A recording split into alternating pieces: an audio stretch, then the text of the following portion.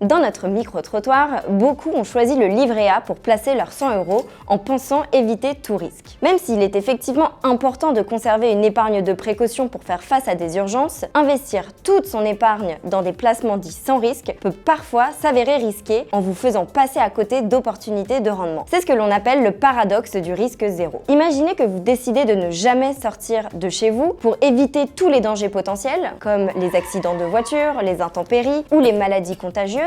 Eh bien, en cherchant à éliminer tous ces risques, vous allez en créer d'autres, comme par exemple des problèmes de santé qui vont être liés à l'inactivité physique ou à l'isolement social par exemple. Prenons un exemple concret. Si vous mettez 10 000 € sur un livret A à 2,4%, qui est le taux à fin février 2025, et que vous n'y touchez pas pendant 10 ans, ils donneront environ 12 800 €. Mais avec une inflation annuelle en moyenne de 2%, votre pouvoir d'achat réel n'augmentera que de 0,4% par an, soit 2,4 moins 2%. Cela vous donnera donc un total d'environ 10 400 € au bout de 10 ans et votre pouvoir d'achat n'aura réellement gagné que 400 €. En comparaison, sur 10 ans, un portefeuille diversifié d'actions pourrait générer un rendement bien supérieur. L'indice MSCI World, qui regroupe plus de 1600 entreprises à travers le monde, a affiché un rendement annuel moyen de près de 12% sur les 10 dernières années. Bien que ces investissements présentent un risque de perte en capital, sur le long terme, un portefeuille diversifié d'actions pourrait générer un rendement bien supérieur à celui des placements sans risque. L'argent immobile est un peu comme une eau stagnante, elle finit par s'évaporer. Et donc pour préserver votre pouvoir d'achat, il faut accepter un minimum de risques maîtrisés.